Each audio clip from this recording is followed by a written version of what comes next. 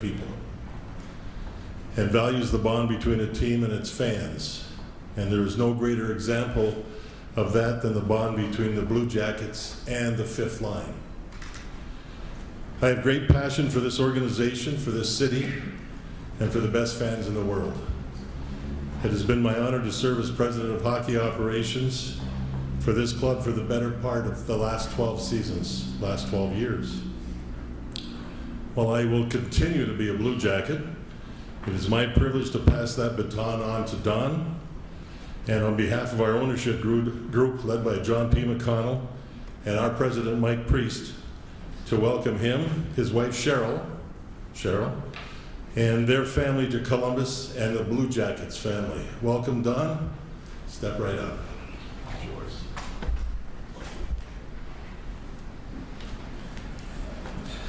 Wow, thank you. Thank you for coming out today. It's an honor to be here. The last time I was in this building, I got my butt kicked by you guys last game of the season, so I remember it well. First, I want to make sure I thank John H. and the McConnell family. The word always on the street is this organization treats everybody first class, and they run everything first class. And I've only been in here this morning, and just everything you see, obviously, is an eye test, and it passes very well.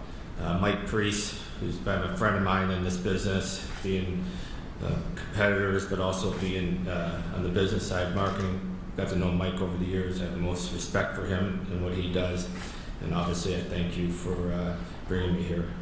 And of course, as JD said, when you've been in this business for a long time, you cross paths with a lot of people. Some people you remember, some people you forget. This guy you'll never forget. He's got me by a few years, but I remember watching him as a goalie, then a broadcaster, and then management, and everything else he's done. So John would be a great source for me as we make this happen. The thing for me, you're going to ask some questions. I've been here since 11 o'clock today. So if somebody questions you're going to answer, I'm going to need some time on. But I wouldn't take this kind of opportunity at this point in my career unless I felt like we could make a difference. And there's a lot of good pieces here. The previous management has done a good job with drafting. We got some challenges, of course. That's why they bring you in. But it's not like this is an organization that's going to take a long time to fix. We got to make strategic moves, but also moves that are going to make our hockey club not just better today, but for the future. This isn't a one trying to make the playoffs, make it 1 year, make a run, and then be on the outside for a long time. So, the great thing is there's a lot of smart hockey people in this organization. We're going to count on everybody to be part of these discussions, and as we make decisions as a group, we'll get this figured out and make everybody here in Columbus proud of the Blue Jackets. Thank you. All right, with that, we'll turn it over to your questions. If you have a question, please raise your hand. We'll get you one. Craig Mers on the right there. Hi, Don. Craig Mers from NHL.com. You're 65 years old, and I was going to ask you if you had the energy to do this undertaking again, but I'm the same age as you, so I'll forget about that. But you could retire now. You're at an age you could do that. What's your motivation? Well, first,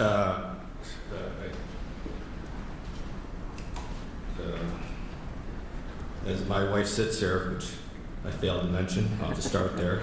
Cheryl, 38 years we've been together. I have a line, I won't use it today. And my two friends that came, good friends of mine, Michael and Ryan, they know I'm driven. I know time doesn't really mean anything, but I'm a 5 a.m. person. I love my mornings, but I got so much passion for what I do and what I think is possible here. So you're right off in the sunset, but I'm not even close to that. I got lots of energy, and again, I go back to I would never come to this potential opportunity if I didn't think there was going to be a great outcome. And with people, as I said, with the staff around here and JD and that to count on, we're going to do that here. Front left. Adam King, 10 TV. I know you're just getting settled in with the job, but I'm curious, with the coaching staff, have you had a chance to meet with Pascal, and kind of what is your plan moving forward there? Met Pascal for 3 minutes downstairs, and Steve McCarthy was down there. Steve actually played for me in Atlanta many moons ago. So I will, I'm here now, so I will spend time, the amateur staff's meeting right now for the draft. Over the next week and 2 weeks, I'll meet with everybody, including Pascal. Again, I only know him as a coach watching his team. It's the first time I've ever actually met him. So I need some time with him and the staff to figure out, we got a lot to get done here. The draft coming up, we got free agency, obviously the coaching, get everything settled is vitally important, but it's going to take some time. So I don't want to put timetables. I can put timetables on the draft. We know that's going to happen at the end of June. We know free agency is going to start July 1st. The other things, as we work through them with the group here, we'll get some answers. We'll go to Whitney in the third row. Hi, Don. Whitney Harding, NBC4. Welcome to Columbus. We're very happy that you're here. Right now, you have signed on to be President of Hockey Operations and General Manager. Are both of those roles, are you going to continue on, or are you going to bring in another General Manager? And along with that, when you took over as GM in Carolina, that was when the team really started to find itself. What is it about that position that you like so well? Yeah, no, the plan is for to stay as President of Hockey Operations and GM. It's I think it's a great role, a great challenge. When we took over in Carolina, the same as here, we had some pieces. It wasn't like we had to blow it all up. We had some pieces. We had to draft good and signed some key free agents. So, I thought about that actually this last couple of days of how many players. I think when we took over Carolina, I think there's 5 guys left now after 6 years, maybe 6. So there was natural turnover, but those 5 or 6 guys that we have are pretty core guys, and I see the same thing here. So very similar. It's just you got to get some breaks. You guys here had unbelievable amount of injuries last year, which you can't control, but you need some luck on your side. But I think with some of the young players that have already been drafted that are either turning pro or already pro, we've got a pretty start here. Thank you. Far left here. Yeah, I'm Joe from NBC4 here. As you move from being the general manager and director of hockey ops in Carolina to the same position here, why are you here? What attracts you to this challenge? As it, in a way, feels like a lateral move.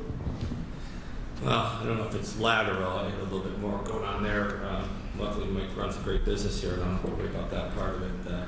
But there's things that happen that through a course. I was there 10 years, 6 years as the general manager at the end. The best way I can always say is you just feel at times it's time to make a change.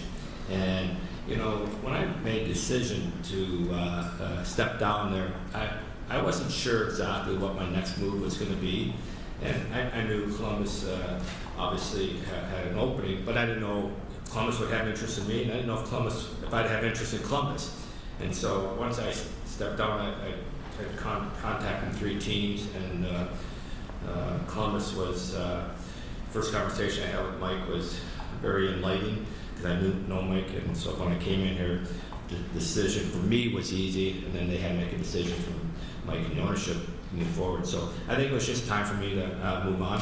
I don't really have, we're in the middle of a development there, a $1 billion development, and running the hockey team and building and everything. It wasn't the work, it was just, I just felt like I need to move on. Kelly in the center row for third person. Hey, Don, Kelly in the States with ABC6. Welcome to Columbus. What is the timeline of your transition into this new role? And you have experience turning Carolina around to being a playoff contender. Do you see or identify the pieces the Blue Jackets have to be able to do the same thing? Yeah, I hate to just give you that answer. I need a little time. I know the roster because they've been the guys that have been in the NHL. We know the players. You know, we all know the NHL players. I don't know the players coming up. I mean, obviously Cleveland's on a great run right now in the American League. You know, I know some of the names, but I couldn't tell you that they're ready to play next year. Now, we got a great staff here that runs that, Chris and with Nash, and that these guys will be able to fill me in a little bit more in time. But you know, when I look at the NHL roster right now, there's things we got to figure out. You know, it's pretty obvious. But there's enough good things there that if we can figure out the weak links of why our record was last year, which I think we can fix that pretty quick. So that's what's I feel good about. Dave Metzel, second. Hi, Don. Dave Metzel, Valley Sports Ohio. Welcome to Columbus. At some point during this process, JD used the term disruptor. Need a disruptor, a guy who can come in and change this culture a little bit. Just meeting you, but you don't strike me right now as a disruptor. Do you have that element in your personality, and do you feel like that's needed here to change the culture with this franchise? Yeah, well, JD and I have talked a lot, obviously, through this process. And, you know, I always say I got to treat the input that he's given me has been outstanding, and so it's in my mind. But I also have to come in with an open mind to how the organization is being run. Do I think, first of all, one person's not fixing everything. You got to have a team of people on the same page. You'll hear me say this so many times about if we're not pulling in the same direction, we're never going to have success. No individuals in hockey have success without the team having success, and that's critical to me. And we'll find out if we have any of those, they won't last. I guarantee you that. But you know, culture is, I always say, an overused word. It's important and critical, but you can't just say, okay, we're going to have this culture. It doesn't work that way. You know, it takes time, and everybody's got to be on board. And you get everybody on board, and I'm just talking about, you know, you go right down to the locker room, the trainers, the equipment managers, obviously the coaches, the players, and the staff that's surrounding the team. If you're not on the same page, it's not going to work. If you're all on the same page, it just builds, and that's critical to our success. I think about that all the time. Critical to our success is putting us in the right place, the right frame of mind with everybody. Dave Phillips with CBS Sports, and I was just wondering, looking at this opportunity, looking at the job, what excites you the most? Well, probably what I said before. With the players that are currently on the roster, and knowing how this organization, runs, and everybody that's been here, and obviously JD again. I'm talking to him a lot, so sorry if I use his name all the time, but he, the ownership there's no excuse from an ownership standpoint. They give you all the tools, all the resources to make it work, and I think that's a driver too, because we've been here since 11 o'clock, and the things that we've seen in less than 2 hours and how they do things it's mind-boggling, because I'm not used to that. But so I think the combination of knowing that we can win and how everybody feels about this organization. You got people in this organization. Todd's been here 24 years. I mean, people don't stay if it's not a good organization. So to me, we got so many good things here. We just got to go make it happen. With Brian Hedger, back right. Hi, Don. Welcome to Columbus. Brian Hedger with the Columbus Dispatch. Your NHL executive career started, I think it was short-term in Detroit, your hometown, moved down to Atlanta, and then obviously the time in Carolina as well, and now you're in Columbus. I'm wondering, those are, the last three are, I guess what we would call non-traditional hockey markets. They're not original six, that kind of thing. Is that just the way things kind of played out in your career, or is there something about kind of, succeeding in those type of markets that attracts your attention? That's a great question, because I started my first franchise in San Diego in the IHL. I was there 5 years. I went to Orlando and started another franchise, and made a pit stop in Detroit for a year as assistant GM and won the cup, so that was an easy stop. And then I got hired by Ted Turner in 1998 to start the Atlanta franchise, and so after starting the two minor league franchises, it was the exact same thing you had to do at the NHL, just a lot more people, a lot more dollars. So I was given that opportunity. But I joke after I went to San Diego that I'm from Michigan and I'm a north-south guy, so I don't go too far east and too far west. So I went from Orlando to Detroit to Atlanta to stop in Pittsburgh for a couple of years to Raleigh, back to Columbus. So I've kind of kept this roadmap north and south, which I've been very fortunate to be able to do. Adam, do you have a second? The thought process around here has been every year that this team is really close. It's got a great young core. Curious from the outside perspective. I mean, if you just go back 2 months ago, if someone said, what is the Columbus Blue Jackets organization in your mind? What did you think of this team? Well, we knew they were going to play hard. They weren't going to give up at all.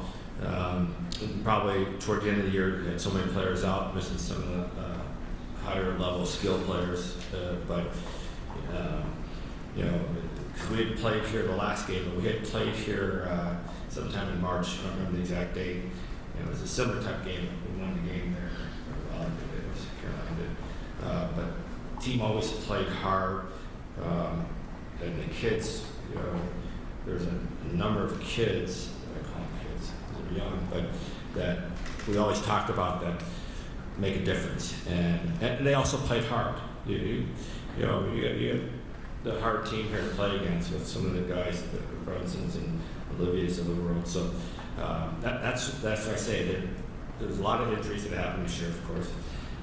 We got to get some of the younger players to take that next step and continue to develop our kids that we have going right now. But I think, again, I'm just repeating myself, that it wouldn't be standing here if I didn't think we had any chance, that's for sure. Craig Merce, right? You have experience with an outdoor game down in Carolina. Columbus gets there first on March 1st. What can you tell the people of Columbus, the fans, the players, the organization about that experience, and how can that help a franchise? It's one of the, besides winning the Stanley Cup, it's probably the best experience I've ever had in the National Hockey League. Our fans, absolutely, it was off the charts. I can't say enough things about this. It's something that you're going to get to do once in a great while. And I know our fans, we had a little difference. We had 60,000 seats, and the league gave us 30,000 seats there, and it was less than a day before we were sold out, and then selling all the tickets. I know you got a bigger stadium here, but I can't say enough good things about how the fans are going to enjoy that day. The NHL puts on great events, and with the Blue Jackets staff here assisting, it'll be an outstanding event. But everything's going to go perfect. The only thing we can't control is Mother Nature. But it cooperated well for us in Raleigh, so I'm sure we'll hear in Columbus. Anyone else? Okay, let me see. Thank you. We have a couple of questions here on Zoom.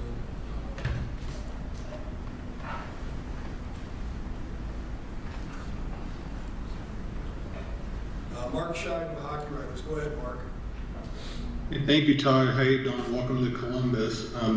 Were you actively involved with the Carolina draft plan, or will there be any restrictions to you being on the draft floor of the Blue Jackets at all? No. When I spoke with Tom Dundon a week ago on that Friday and I resigned, it was a clean, no restrictions whatsoever. One more for you, just about the fans. I know you asked about them a little bit, but they've been through a lot, and since the franchise has been around, we know that there's no overnight fixes. But what is the message to the fans that are kind of hoping to see a winner sooner rather than later? Yeah, and I think if I understand the whole question, expectations are something that we will talk about at some point. Right now, we want to talk about how we're going to build this thing through the next few months. Fans. I mean, I've watched it here. The support that this community has shown. All I can say is with our team here that we got going on, and we're going to continue to build off of, we will be a better team. Ask the same question in 3 months, and I'll tell you how much better we'll be. Next, we'll go to Guillaume Lefrancois. Go ahead. Yeah, hi, Don. I have a couple of questions as well. First of all, regarding Pascal Vincent, do you have do you have a specific timeline as to when you'd like to decide whether or not you keep him on board, and like what criteria are you looking for head coach?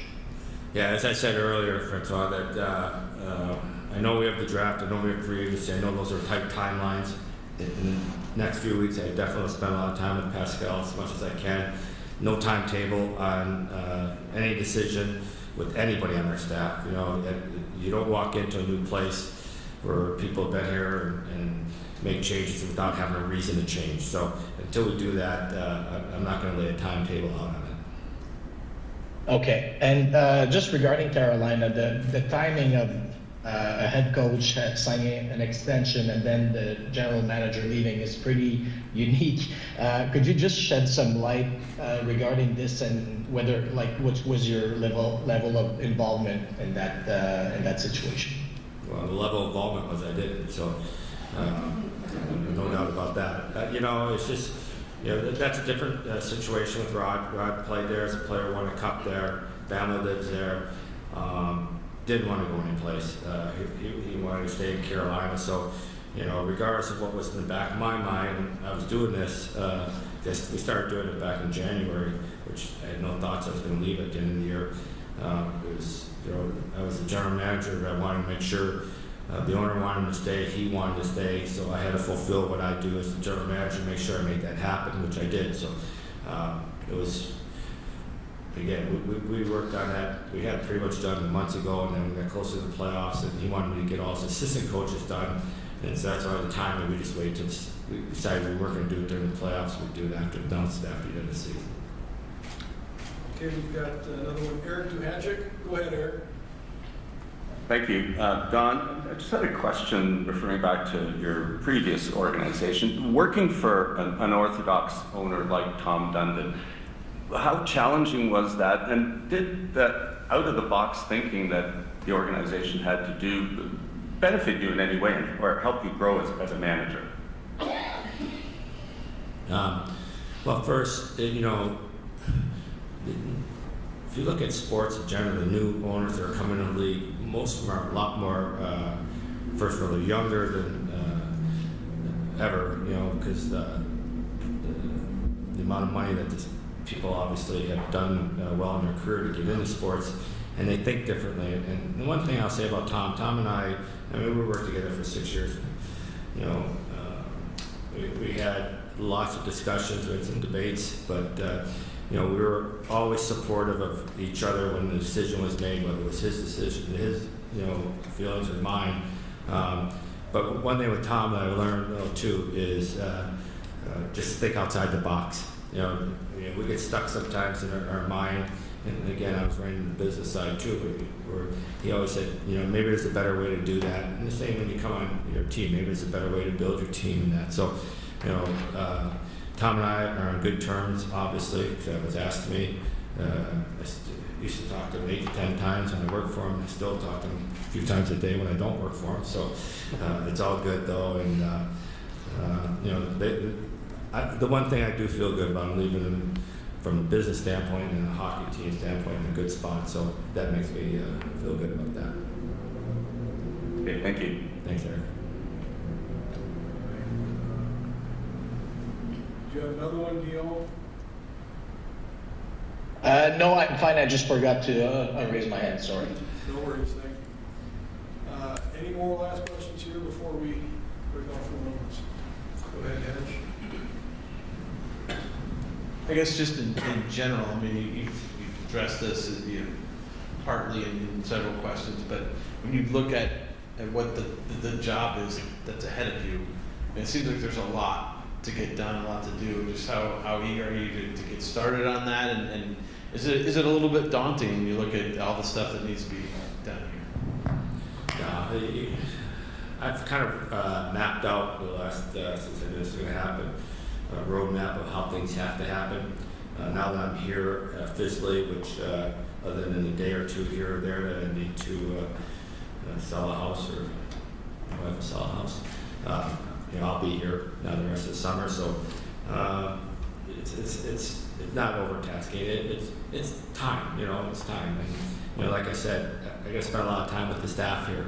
You know, And again, you come into a new situation, and I see what I see from the outside, and I think our strengths, maybe their weaknesses. I could be completely wrong, until I get down and meet with everybody. So that's going to be the fun part for me, is getting to know everybody, and if we have to make some changes someplace, we'll make those decisions and move on. Great. All right, with that, I'll ask JD, Mike, John, just to step in front of the Thank you, podium, everybody. a quick photo, and then we'll turn it up for some one-on-ones. So right in